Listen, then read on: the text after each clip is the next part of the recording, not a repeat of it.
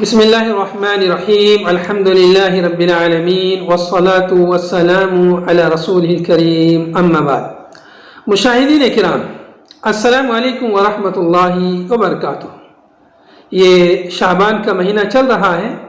اس مہینے کے تعلق سے مختلف عقائد لوگوں میں منتشر ہیں، مسلمانوں کے درمیان میں ایسے عقائد منتشر ہیں جن کا اسلام سے کوئی تعلق نہیں۔ تعلق تو دور کی بات، بلکہ وہ عقائد و اعتقادات اسلامی تعلیمات کے منافی ہیں۔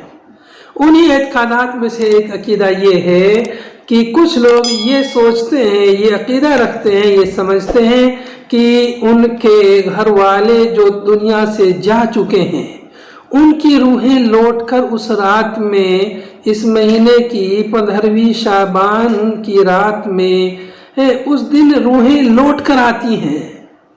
اور تو یہ عقیدہ سراسر باطل اور غلط عقیدہ ہے، اسلامی تعلیمات کے منافی ہے، خلاف ہے، قرآنی تعلیمات کے بالکل برعکس ہے۔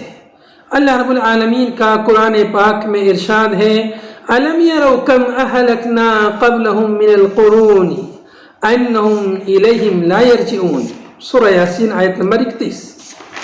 یعنی کیا انہوں نے نہیں دیکھا کہ ہم نے ان سے پہلے بہت سے لوگوں کو ہلاک کر دیا، اب وہ ان کی طرف لوٹ کر نہیں آئیں گے۔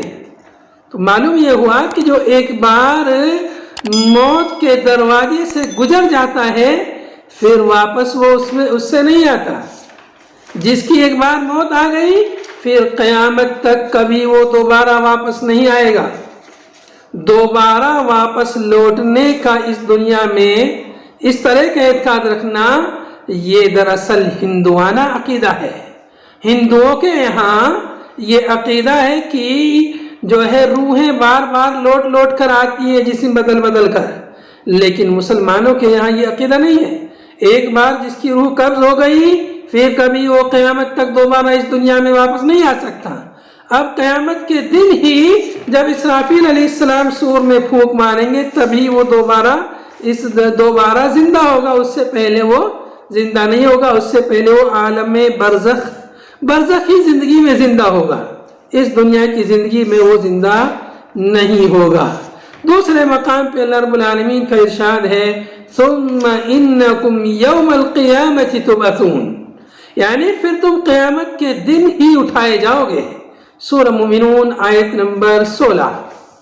اور ایسے ہی سورہ زمر میں ہے، فَيُمْسِكُ الَّتِي قَضَى عَلَيْهَا الْمَوْتِ، پھر جس پر وہ موت کا فیصلہ نافذ کرتا ہے، اس کی روح روک لیتا ہے۔